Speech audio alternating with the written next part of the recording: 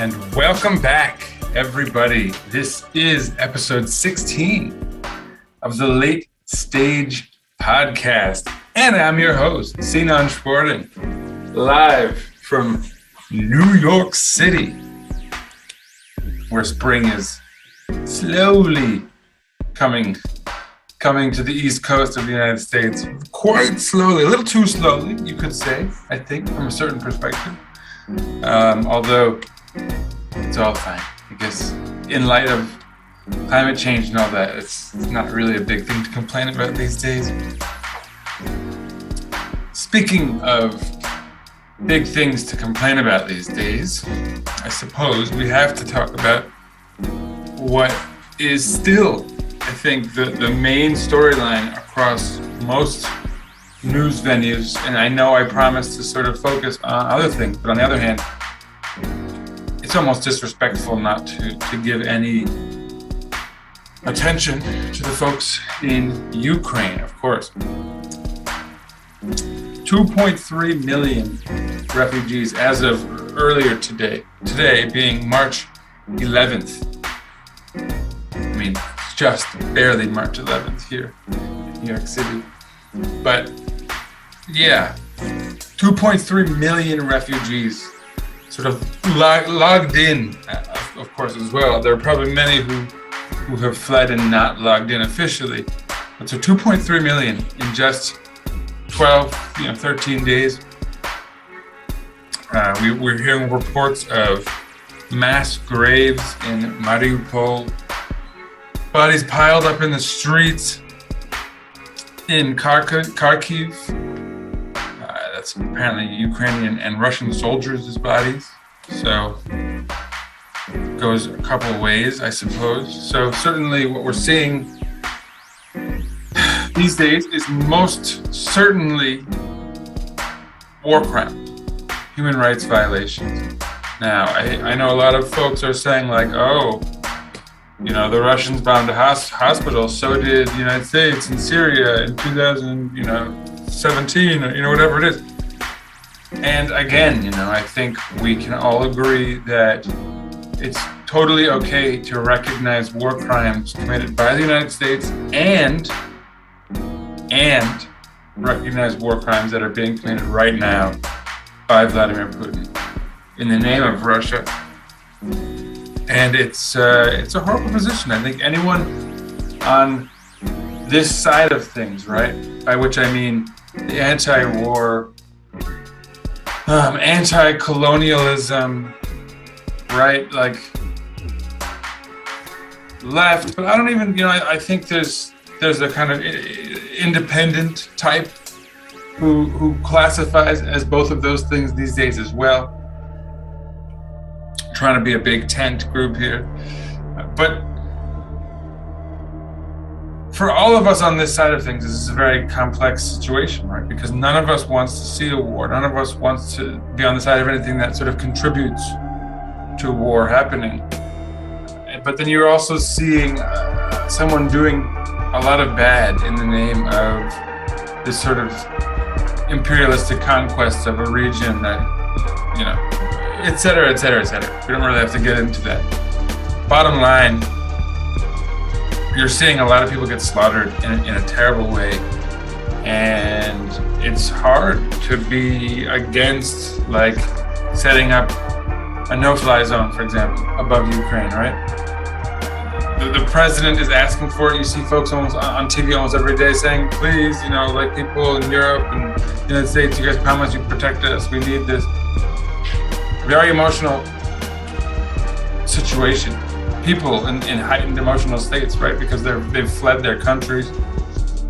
So it's hard to not just give these people what they want. On the other hand, that there's a distinct possibility. In fact, Vladimir Putin has all but promised that if there's any sort of direct military conflict with his troops or airplanes and the like, right, tanks, by but NATO, United States forces, whatever, it's dead on, right? Like it's dead on sight. And in fact, he's promised like unprecedented response, making a very direct implication at nuclear war. So it's very tough.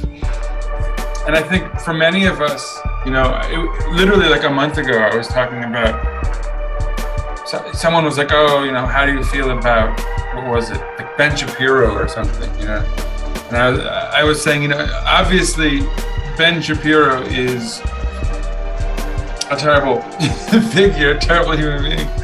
But I said directly, like for me, and I was trying to be like educational to one of my group chats on WhatsApp.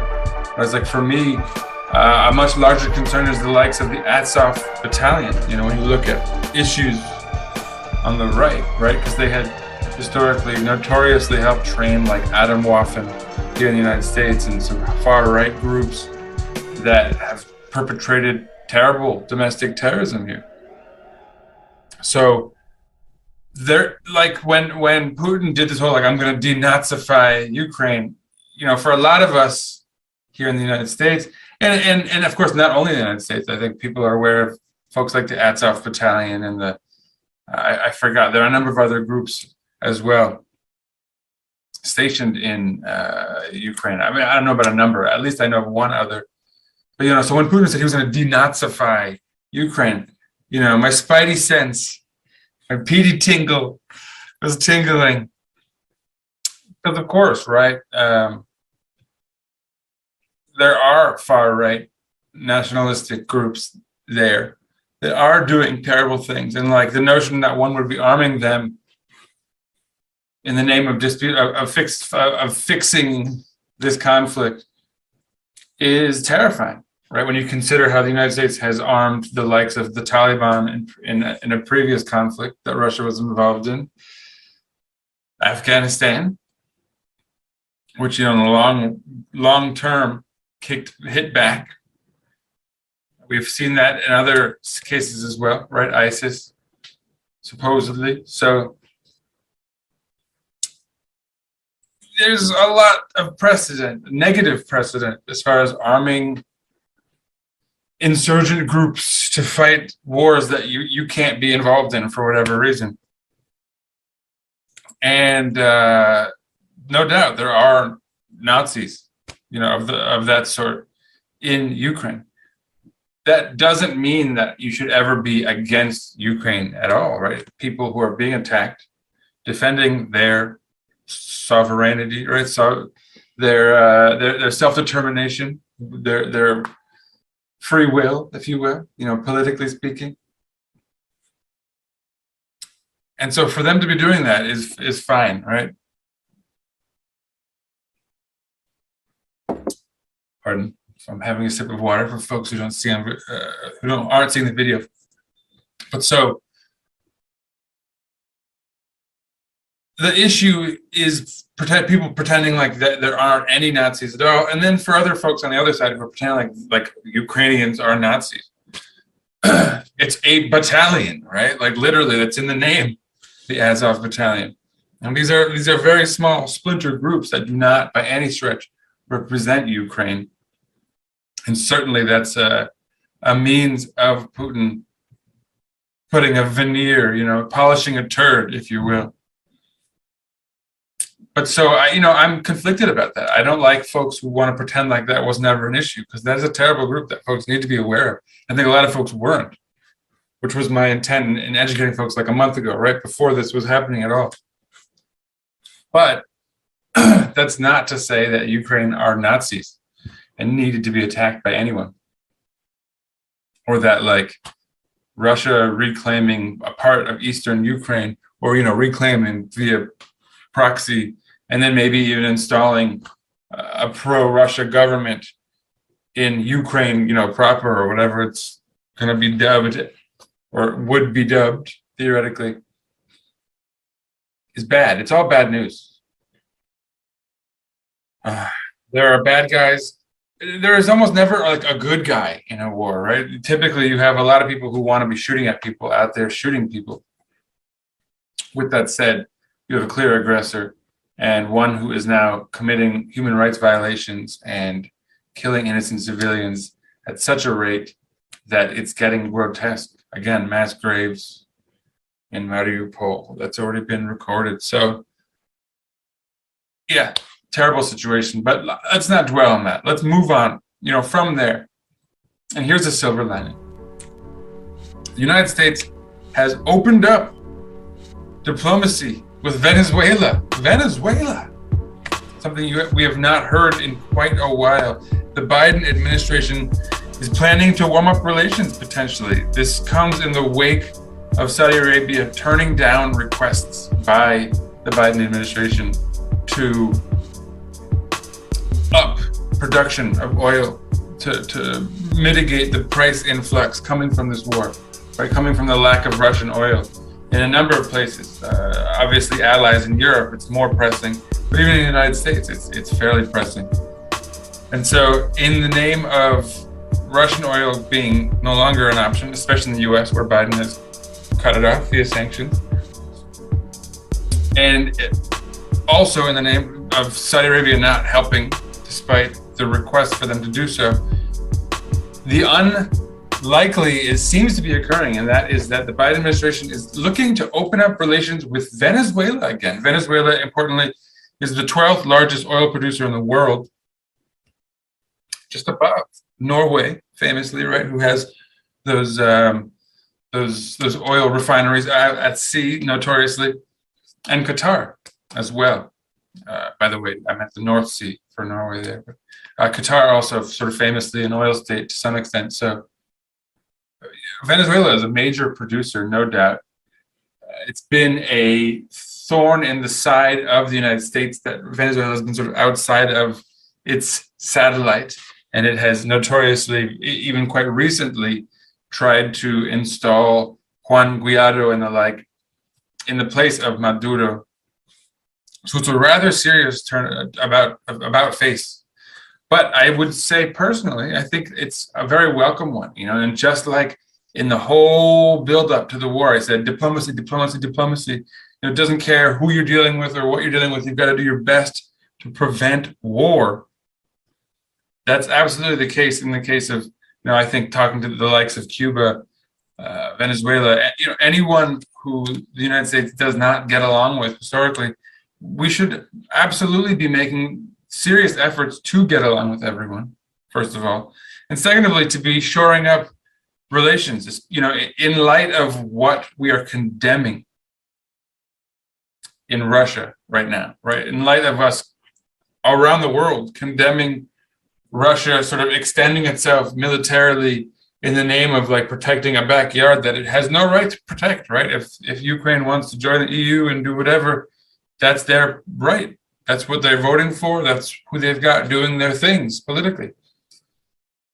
The US never has had the right to interject itself in a number of places that it has, militarily, in more shady capacity, right, with assassins and the like. I mean, just fruit companies. I don't need to go into too much detail, but the United States has a history of doing shady things in its backyard to protect its interests. So I think it's a profound shift of mentality for the United States to actually deal with folks on somewhat equal terms, right? In the realm of diplomacy. You want to win over the people of Venezuela, bring them back to democracy or whatever. Do things the right way. Show them the value of democracy by being a decent trade partner. And, you obviously don't abide by like human rights violations and stuff like that. But at the end of the day, there's not a ton of news coming out of Venezuela in that regard. And what we do hear about are sanctions that cripple the people of Venezuela to such an extent that they're dealing with poverty, food shortages, all kinds of issues.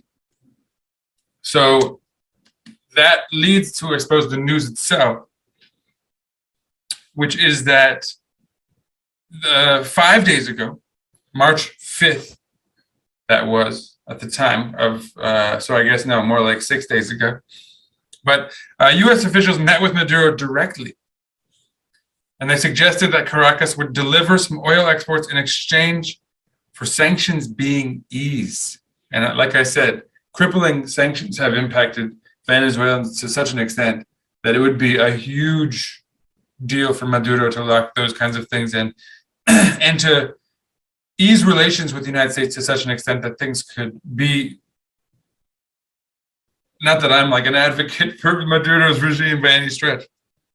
But so with that said, 2 United States prisoners were released, somewhat political prisoners, although they had been tied to Citgo oil company, which had long done business with Venezuelan oil and controlled it sort of as an extra-national sort of colonial entity of sorts. At least that was the take by Chavez and the like. But so anyway, a few years ago, they were lured in to have like a meeting to talk about the vital resource and arrested, a number of them. There are still 8 more Americans in prison in Venezuela, 5 of them also related to the Citgo case. But so yeah, 2 released as a gesture, I suppose. And with those 2 released, also a promise to restart sort of bilateral negotiations and diplomacy. So a very huge move. Whoa, whoa, whoa. Excuse me. I like to hold my pen. Everyone who watches this podcast knows. But so, yeah, for me, it's very promising. On top of that, and I don't know how much of this is bluster or even him being sort of ironic, but you take it for what it is. Maduro referred to it,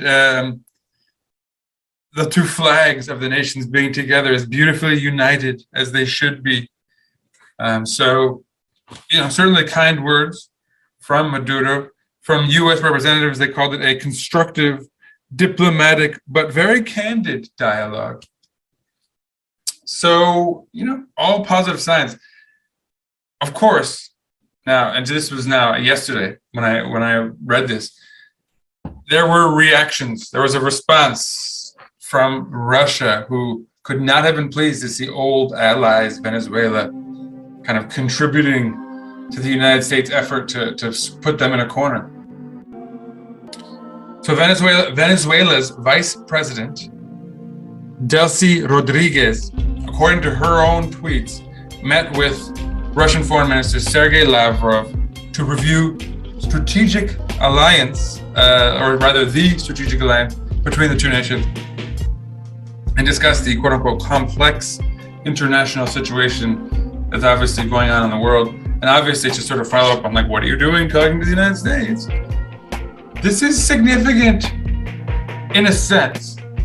Historically, when Afghanistan, and they had a communist leader at the time, when he looked towards the West to sort of ease, again, sanctions, this is back in the 70s, it put Russia on edge so much that they ended up attacking Afghanistan to sort of keep them under their thumb. They killed the communist leader, and the Taliban was essentially formed and backed by the United States in a war that Russia eventually lost, in a war that sort of signaled, theoretically, supposedly, the end of the Soviet Union.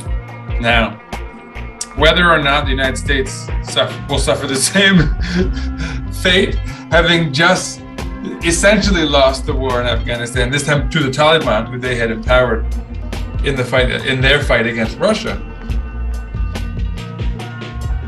that's a whole other conversation. But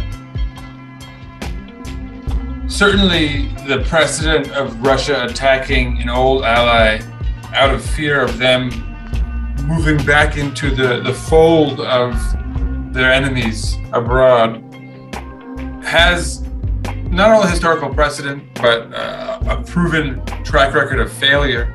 And Venezuela is even further from Russia. And given Russia's performance in Ukraine, you can't imagine them being capable of going that route. So Russia is in a diminished state, certainly militarily, but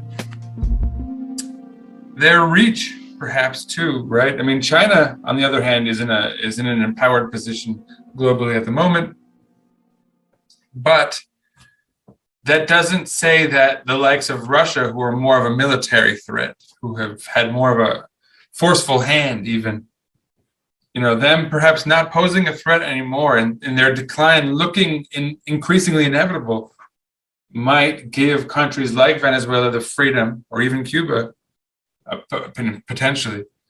But yeah, to start talking to the United States, making some transitions to dealing with the U.S. and its allies more openly and freely, which would, again, I think, benefit everyone. I'm all for diplomacy.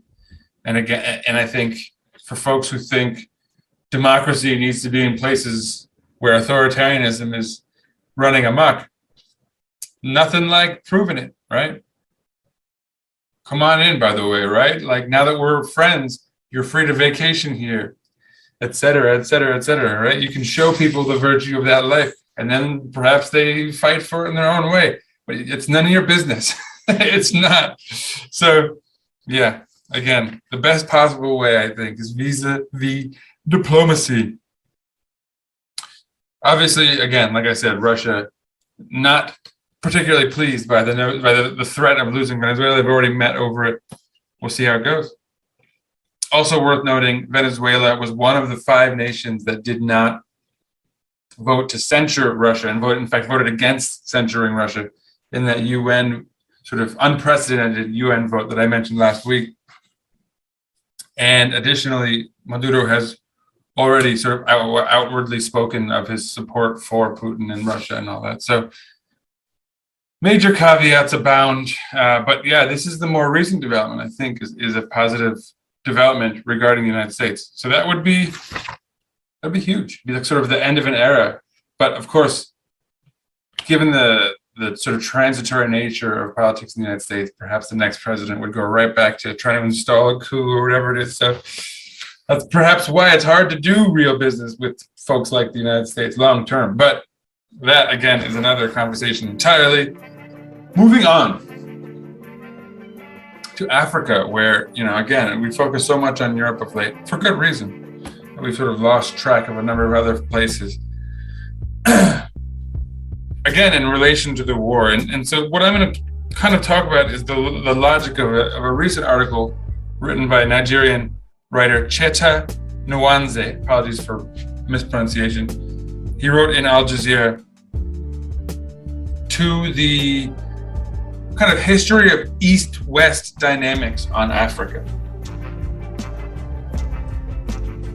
And it's a fascinating piece. And it speaks to the nature that both forces in the East is obviously represented, especially by China and their sort of financial influx to control things in a soft sense. And on the other side, the United States, and it's sort of trying to counter that to some extent.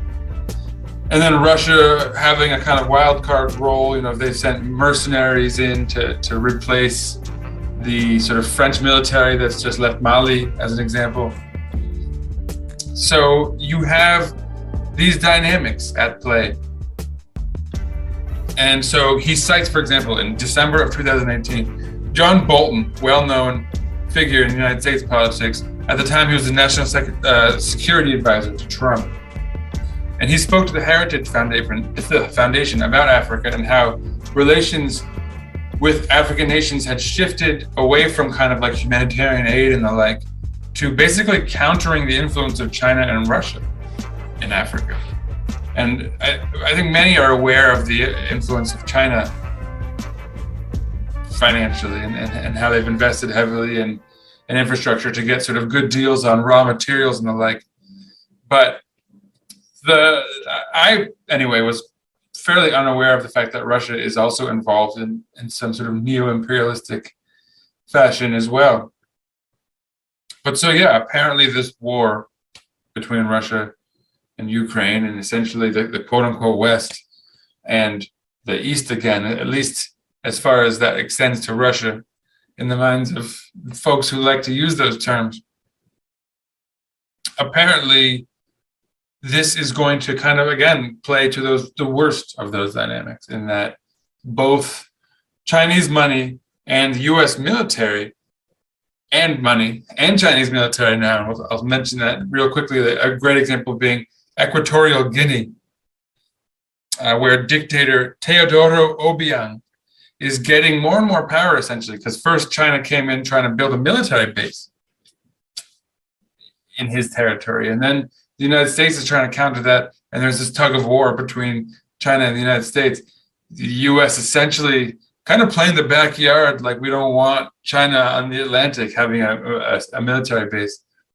So it's fascinating, but the result, of course, are you have these two sides throwing a ton of money at a dictator in Africa. And so for folks who want, I've talked about nascent democracies struggling in times of unprecedented financial strain and the like because of COVID, not just, financial, but medical, social strain, right? As a product of all of these things. That, a lot of countries have struggled with their democracies, and not just in Africa, but it's hit Africa pretty hard because Africa as a continent is, they were European, and not only European, but mostly European countries were very slow to let go of those resources, given their value, I think. And like the Congo is a perfect example of that. But anyway, I'm off topic. Anyway, I highly recommend this article by Cheta Nwanze in Al-Jazeera on this topic. And he does a much better job, I think, than I probably just have of explaining the dynamics between, the United States and China and even Russia in Africa, and how this war and this sort of increasing hostility between those two historical forces, how they're sort of playing into some of the worst aspects of neo-colonialism in Africa, and how tons of dictators, not just the one in Equatorial Guinea, many corrupt governments and the like, are being funded heavily in the name of, this war of economics for now, and perhaps military even going forward. Hopefully not. Knock on wood, right? Nobody wants World War III. But so yeah, while we're in Asia, briefly, since I mentioned China there, I should probably go sort of very briefly into the conversation, and I'd like to have a guest talk about this soon. Perhaps I will. I should knock on wood again, but I've already done it. Don't want to bother anyone with that. South Korea had a fairly consequential election recently. Large voter turnout at like 77% or thereabouts. As usual, they don't struggle with that typically. A thriving democracy, in quotations. I'm not being ironic. I mean, they're doing better than us in that regard. By us, I mean folks in the United States.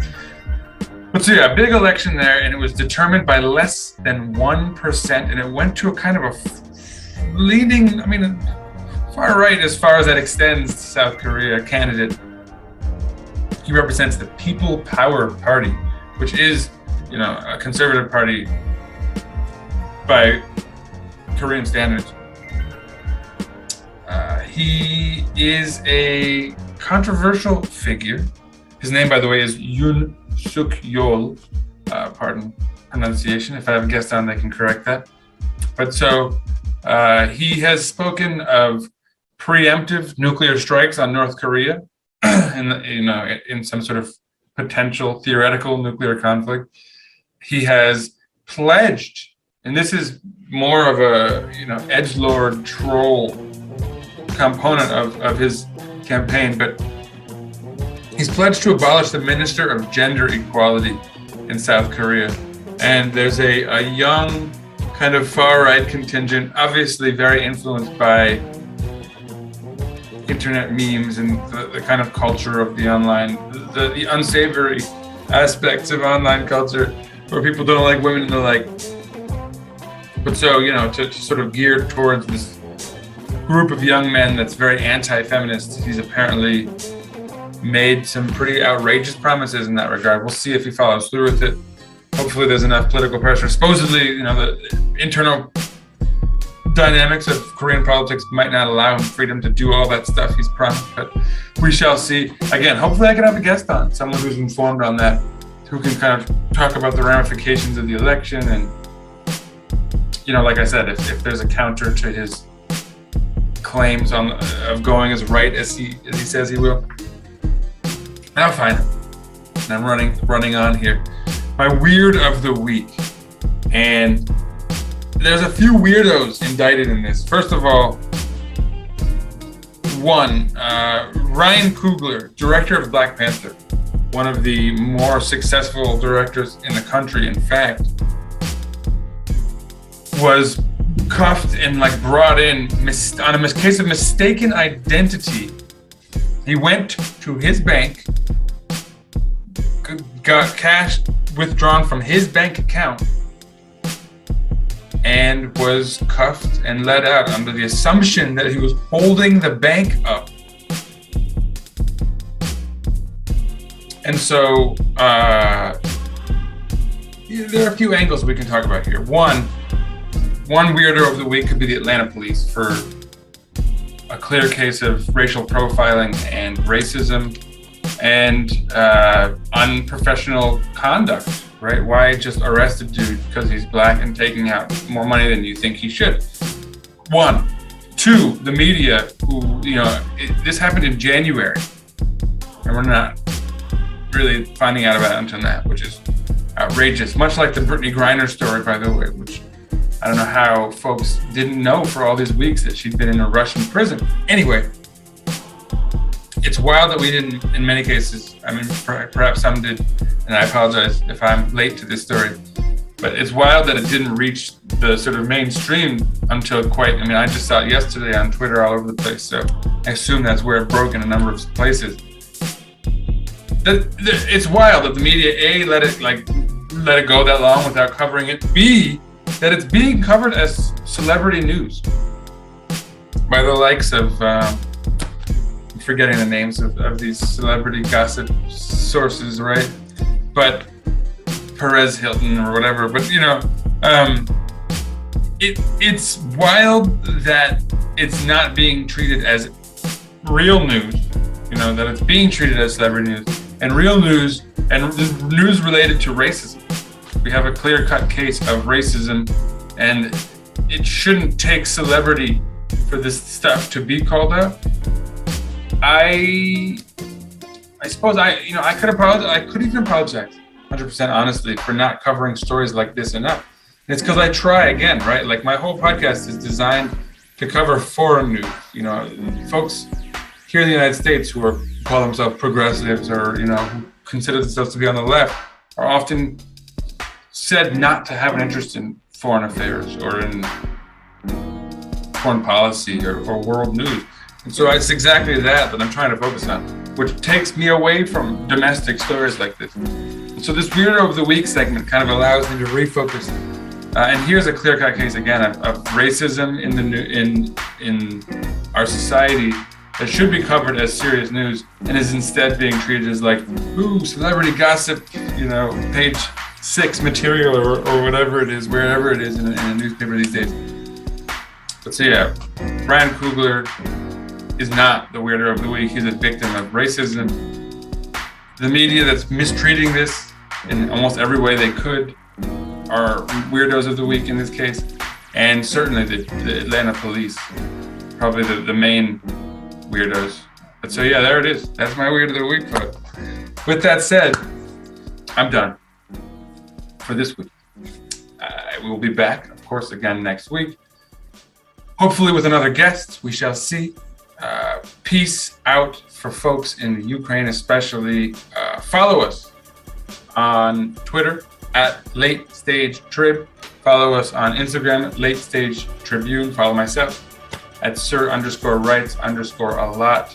And as always, I hope that next week will allow me to bring better news to you all.